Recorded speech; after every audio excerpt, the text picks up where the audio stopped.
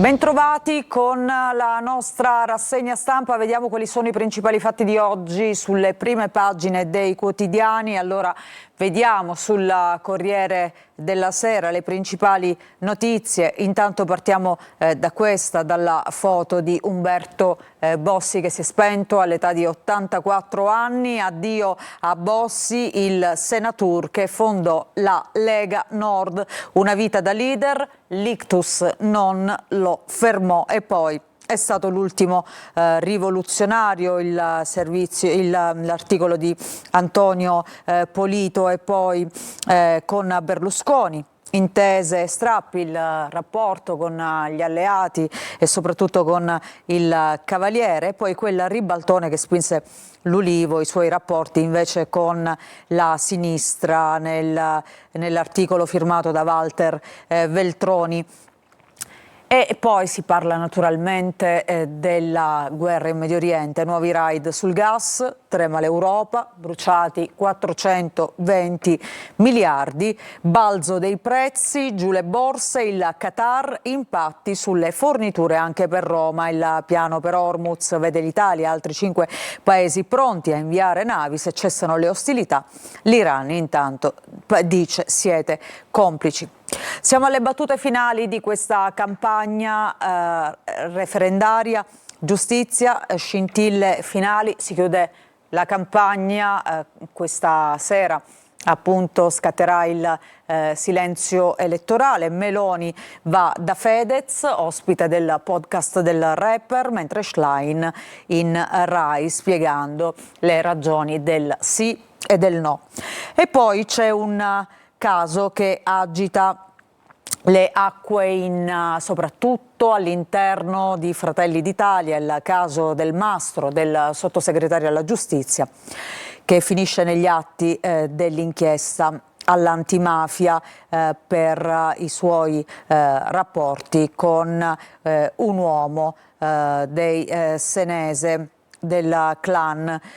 Allora andiamo a vedere la Repubblica di oggi. Addio a Bossi, il senatur che inventò la Lega Nord, morto a 84 anni a Varese, ha stravolto regole e linguaggio della politica, il sogno padano, l'alleanza con Berlusconi e i dissensi con Salvini. Oggi alla guida della Lega, una Lega sicuramente diversa da quella che era stata progettata ed ideata proprio da Umberto Bossi Mattarella, un sincero democratico. E poi vediamo un piano per Hormuz, l'Italia c'è, patto di 7 paesi per lo stretto, Netanyahu ora missione di terra. Anche qui il caso del Mastro, indaga la procura, la foto nel ristorante con il mafioso, con l'uomo appunto che faceva parte del clan camorristico dei Senese, lo vediamo in questa foto, Mauro Carroccia. Ancora La Stampa apre con questa notizia, bufera del Mastro, bufera sul referendum, una notizia, un'inchiesta che naturalmente agita e scuote gli animi in vista appunto del voto di domenica e lunedì. L'immagine del sottosegretario alla giustizia con il prestanome del clan mafioso dei Senese imbarazza la maggioranza. Schlein e Conte vanno all'attacco, Meloni prenda posizione subito, lui lasci prima del voto di domenica. E poi vediamo su Al Nord il senatur appunto Umberto Bossi, fondatore della Lega Nord, che è morto a 84 anni dal prato di Pontida a Palazzo Chigi con Berlusconi. Oggi c'è tutto un racconto dedicato a lui, al suo modo di vivere la politica, di pensare la politica, ma anche di quella che è stata la sua ascesa da muratore a star appunto della politica, tra Roma ladrona, uno dei delle famose espressioni appunto di Bossi, il Trota, il figlio, la Canotta, e poi Umberto e Silvio, anche qui il rapporto con il Cavaliere, i quasi amici, scrive oggi La Stampa. Mastella ricorda, cantava pure in napoletano, mentre il governatore del Veneto Zaia con il popolo era una cosa sola. Andiamo ad Avvenire, il titolo è dedicato a questo patto per lo stretto di Hormuz, l'impegno di 7 paesi per la sicurezza alle navi in transito appunto a Hormuz, c'è anche l'Italia e poi asse Roma-Copenaghen sui migranti, frontiere chiuse in caso di ondata dal Medio Oriente. Il manifesto scrive l'imbarcata invece, 7 paesi europei si dicono pronti a garantire la sicurezza delle navi nello stretto di Hormuz, ma solo con la tregua e su mandato delle Nazioni Unite. C'è anche l'Italia. Meloni prova a smarcarsi un po' da Trump, che reagisce male, è tardi e rischia sempre di più il coinvolgimento nella guerra. E poi -2 al referendum, la destra in affanno per questo caso del sottosegretario Del Mastro che inguaia la campagna del sì. C'è la foto con il condannato per mafia che vi abbiamo fatto vedere prima. Il resto del Carlino, c'è il piano per liberare Hormuz, l'Italia frena solo con l'ONU e poi un altro femminicidio che arriva da Bologna, donna uccisa, lo strazio della madre, non ti ho protetta, l'assassino è il marito della donna che non accettava la fine del loro matrimonio e soprattutto il fatto che lei si stesse rifacendo una vita con un altro uomo. La morte di Umberto Bossi, il senatur che fondò la Lega nel taglio centrale tra i grandi protagonisti della politica italiana degli ultimi decenni c'è proprio Umberto Bossi, morto ieri a Varese, fondatore della Lega Lombarda, poi Lega Nord, per tutti il senatur da quando entrò a Palazzo Madama nel 1987, lanciò la lotta per la Padania, per costituire questa Padania contro Roma ladrona, il suo celodurismo, anche qui un'altra frase bossiana, ce l'ho duro, è diventata una voce nei vocabolari. Nel 2004 poi venne colpito da un ictus, 8 anni dopo si dimise da segretario della Lega. Nel taglio basso vediamo a Milano tram deragliato, ci sono le indagini, 12 secondi prima dell'incidente l'autista era al telefono, ma resta anche l'ipotesi di un malore. Il Messaggero di oggi, bombe e gas, bombe su gas e petrolio, le borse vanno giù, Medio Oriente e Iran colpisce le raffinerie, il Brent va a $120, poi cala Trump a Israele, basta colpire impianti, piano di Londra con Roma e altri paesi per Hormuz, ma l'Italia azione militare solo con l'ONU. Riforma ETS, Merz apre a Meloni, Mattarella, l'Europa dica no al sovranismo assoluto. L'addio a Bossi, il senatur che sognava la Padania, ma fu convertito dall'Italia. Il fondatore della Lega si è spento nella serata di ieri, cordoglio bipartisan, e c'è il ricordo del presidente del Senato La Russa, capì che per dare peso al nord aveva bisogno di Roma. Il Giornale, e anche qui l'apertura dedicata alla morte di Umberto Bossi, addio Leone del Nord, dal federalismo al governo con Berlusconi, se ne va un rivoluzionario anticonformista. Vediamo anche Libero, il Leone del Nord scrive: l'uomo che inventò la Lega ci lascia 84 anni, il Carroccio a lutto, senatur dal 1989, ha scritto la storia della politica italiana. C'è anche il ricordo di Vittorio Feltri, ha sepolto la Democrazia Cristiana. Poi ancora Luca Zaia, che lo ricorda, Luca Zaia, governatore appunto della Lega, ci ha insegnato tutto tra Coca-Cola e sigari, e poi il cordoglio da Salvini al Colle, gli ultimi giorni e le sue avventure, quindi tutta la prima pagina dedicata alla scomparsa appunto di Umberto Bossi. Vediamo il Sole 24 Ore, cambiamo argomento, parliamo di notizie di economia, borsa in caduta, rally di gas e petrolio, sfondati i 70 euro dopo i raid sugli impianti GNL ed è paura, stagflazione.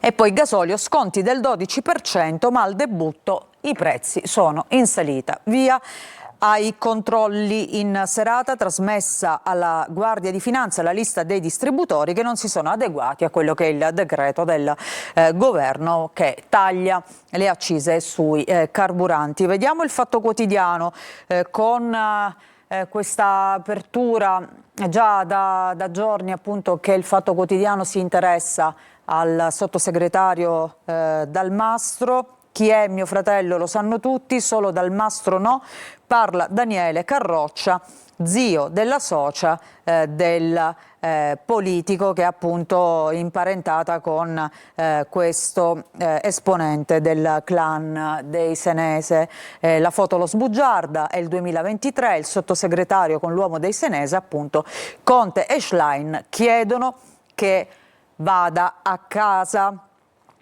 E poi parla Pozzolo, Andrea protetto da Giorgia e Donzelli, non lo faranno dimettere. La difesa ieri della sorella di Giorgia Meloni, Arianna, durante il comizio di Fratelli d'Italia per il sì, appunto, un partito che blinda di fatto il sottosegretario nonostante le richieste dell'opposizione.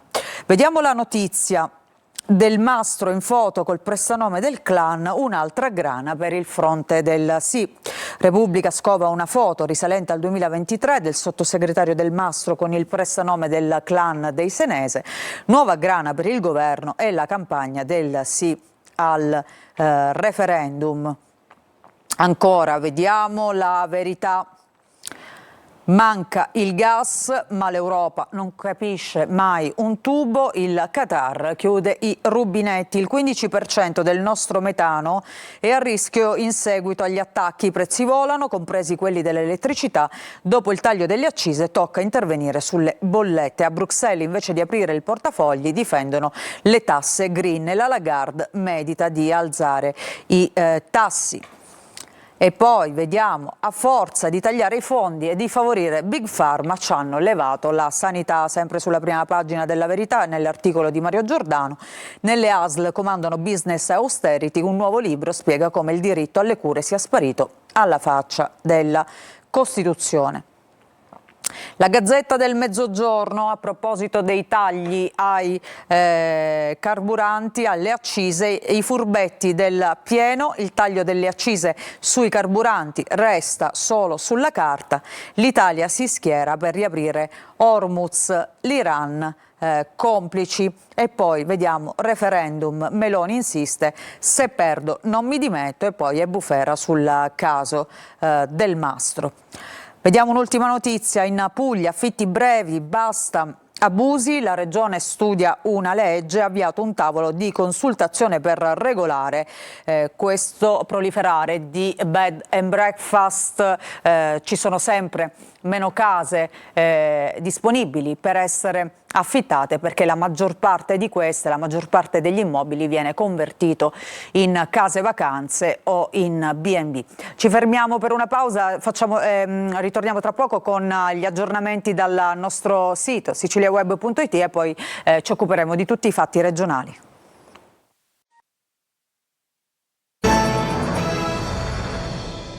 Bentornati, seconda parte della nostra rassegna stampa. Ripartiamo dalle ultime notizie che troviamo sul nostro sito siciliaweb.it. Allora vediamo l'apertura dedicata ad un incidente mortale nel Ragusano.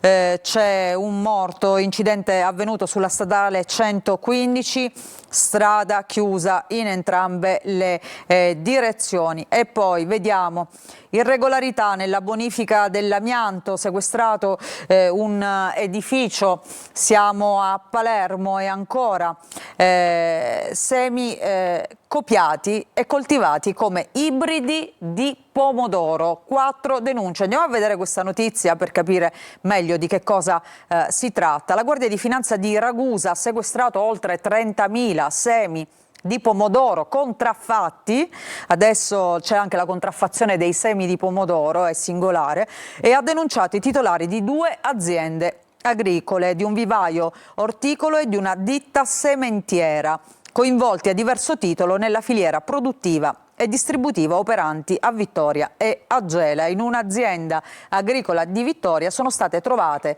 piantine di pomodori riprodotte illecitamente. Le analisi genetiche hanno confermato l'utilizzo di sementi copiate, coltivate come ibridi di pomodoro da mensa di alto valore agronomico in assenza delle autorizzazioni fornite dalle ditte comunitarie detentrici dei diritti di proprietà industriale.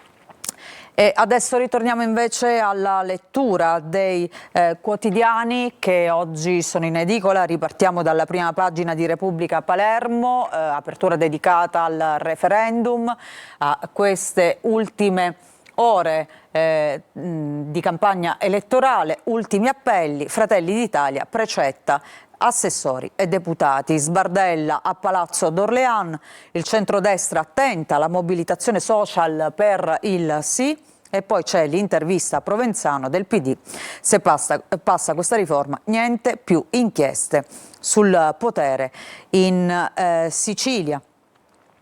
Ancora vediamo, a proposito di inchieste, in prima pagina c'è ancora l'inchiesta tra mafia e sanità che ha portato all'arresto qualche giorno fa di un dirigente regionale, Teresi, di un del boss di Favara, Carmelo Vetro, e poi all'iscrizione nel registro degli indagati di un ex manager potentissimo in ambito sanitario, Salvatore Iacolino. La vicepresidente dell'antimafia chiese al boss 5 assunzioni. Stiamo parlando di Bernadette Grasso, anche lei finita in queste carte, non è indagata. Chi l'ha sentita in questi giorni racconta di una persona profondamente amareggiata per ciò che è accaduto a sua insaputa. La vicepresidente della Commissione regionale antimafia si è trovata a passare via WhatsApp 5 nomi e un curriculum a un boss del calibro di Carmelo Vetro. Le sue parole sono state: ma io non sapevo che fosse un mafioso. Queste le parole della deputata di Forza Italia ai magistrati di Palermo che continuano ad indagare. E poi vediamo, restiamo a Palermo, vampe ancora guerriglia la condanna dell'arcivescovo Lorefice. E ancora via libera di Bruxelles ai termovalorizzatori, progetti entro un mese. E poi c'è il caso Ast, taglia 35 autisti, polemica sui conti. Stiamo parlando dell'azienda del trasporto pubblico siciliano. Nel taglio basso vediamo la visita dell'ambasciatore israeliano che Schifani e la Galla tacciono, e poi la Digos che indaga sulle svastiche apparse a Palermo in piazza De Gasperi. Andiamo a vedere qualche notizia all'interno. Qualche approfondimento, intanto l'apertura, giustizia ultima chiamata, il centrodestra precetta deputati e amministratori, faccia a faccia tra Sbardella e Schifani, via alla mobilitazione social, il fronte del no tra volantinaggi ed eventi con artisti e società civile. I due partiti del sì e del no, ecco, sfruttano queste ultime ore prima del silenzio elettorale per fare campagna. E poi vediamo Provenzano: se passa il sì, le inchieste sul potere in Sicilia diventeranno più difficili. E poi riforma, più ombre che luci, pretestuoso invocare Falcone, mentre invece vediamo il glossario del referendum, l'analisi del semiologo Marrone, stessi slogan, sensi opposti, ecco, a proposito della comunicazione durante questi giorni di campagna elettorale. Vediamo la vicenda dell'inchiesta su appalti, sanità e mafia. La vice dell'antimafia segnalò 5 nomi al boss che offriva posti. La parlamentare regionale è stata sentita dai PM come testimone e ha raccontato di aver avuto il contatto appunto del boss di Carmelo Vetro da Iacolino, che invece è indagato appunto in questa inchiesta, in questa indagine. E vediamo in questa foto proprio il boss Vetro che saluta col bacio il dirigente Teresi. Sono i due arrestati al momento in questa indagine della Procura di Palermo. Vediamo anche questa notizia dalla prima pagina: svastiche nelle strade, la Digos indaga sulle scritte naziste. Sono comparse nelle piazze De Gasperi e Sturzo. Il sindaco La Galla parla di gesti ignobili, la CGIL, i neofascisti si sentono liberi di agire. Quindi vediamo anche la foto appunto in piazza Alcide De Gasperi dove compare questa svastica. La Sicilia di oggi, vediamo alcune notizie. Intanto il processo a Milano sulle tre mafie, i nuovi pentiti che fanno tremare mafia e politica anche in Sicilia. E poi a Palermo, notte delle vampe, tra paura e danni, La Galla e l'orefice sono delinquenti. Inchiesta a Catania che risolve un giallo, quello del ragazzo trovato morto, carbonizzato all'interno di un'auto il 6 gennaio scorso nelle campagne di Carlentini, ucciso e bruciato, cocaina e bische dietro il delitto. 2 finiscono in manette. Ancora, vediamo, Regione, inceneritori, via libera dall'Unione Europea, Schifani accelera. E poi c'è il dossier della CGIL Sicilia, sistema di malaffare. Andiamo all'interno e andiamo a vedere intanto questa notizia dalla prima pagina: il patto tra Cosa Nostra e Isenese di Roma. I due pentiti fanno tremare mafia e politica. Pace e Amico hanno votato il sacco ai PM di Milano, tra tanti omissis di gli intrecci tra criminali e colletti bianchi. E vediamo qui un summit di mafia immortalato dai carabinieri del Ross a Milano e 2 collaboratori di giustizia, Dino Pace e Gioacchino Amico nelle altre 2 foto. Ancora, restiamo su questa pagina ma cambiamo argomento. C'è un'inchiesta aperta sulla morte di una neonata. Dopo poche ore dalla nascita il PM sequestra la cartella clinica. Ad indagare la procura di Agrigento. Il fatto è avvenuto all'Umberto I di Ennal, dove è morta appunto questa piccola dopo sole 24 ore. Vediamo la prima pagina di Catania. Appuntamento con i sicari, l'omicidio avvenuto in 16 minuti. Il giovane ucciso e poi bruciato, uno dei 2 arrestati è figlio di un cappellotto. E allora andiamo a vedere appunto questo giallo che si risolve, anche se gli inquirenti parlano di altri complici in questo delitto di in pieno stile mafioso: pestato, ucciso e bruciato, debiti di droga e di gioco dietro il brutale delitto di Salvatore Privitera, freddato con una fucilata alla nuca mentre si trovava al villaggio Ippocampo di Mare, Fortino dei Cappello. Il cadavere trasportato in auto fino a Carlentini e poi dato alle fiamme. E poi in retroscena, restiamo su questa pagina, l'ultimo selfie dei killer prima dell'arresto. Il nuovo pentito inchioda il figlio del boss. Ancora nell'altra pagina vediamo alcune foto e la ricostruzione che è stata fatta dagli inquirenti appunto di quella sera quando questo giovane a Ippocampo di Mare è stato ucciso. Poi il corpo è stato trasportato fino alle campagne di Carlentini, dove gli è stato dato fuoco all'interno di un'auto. La Sicilia di Palermo invece apre con le vampe di San Giuseppe, scontri e feriti. San Giuseppe di Guerriglia, 5 pompieri in ospedale dopo essere stati aggrediti. Le reazioni: c'è quella dell'arcivescovo Lorefice che dice nulla a che fare con la devozione. Cambiamo quotidiano, andiamo a vedere la prima pagina del Giornale di Sicilia, l'apertura dedicata ai termovalorizzatori, via libera dall'Unione Europea, entro l'anno le gare per gli impianti a Palermo e Catania, il via ai lavori nella primavera del 2023. 27. E poi anche qui si parla delle vampe, non solo vampe, lo Zen sfida lo Stato, parla il parroco di San Filippo Neri che legge la rivolta come un altro attacco nel rione.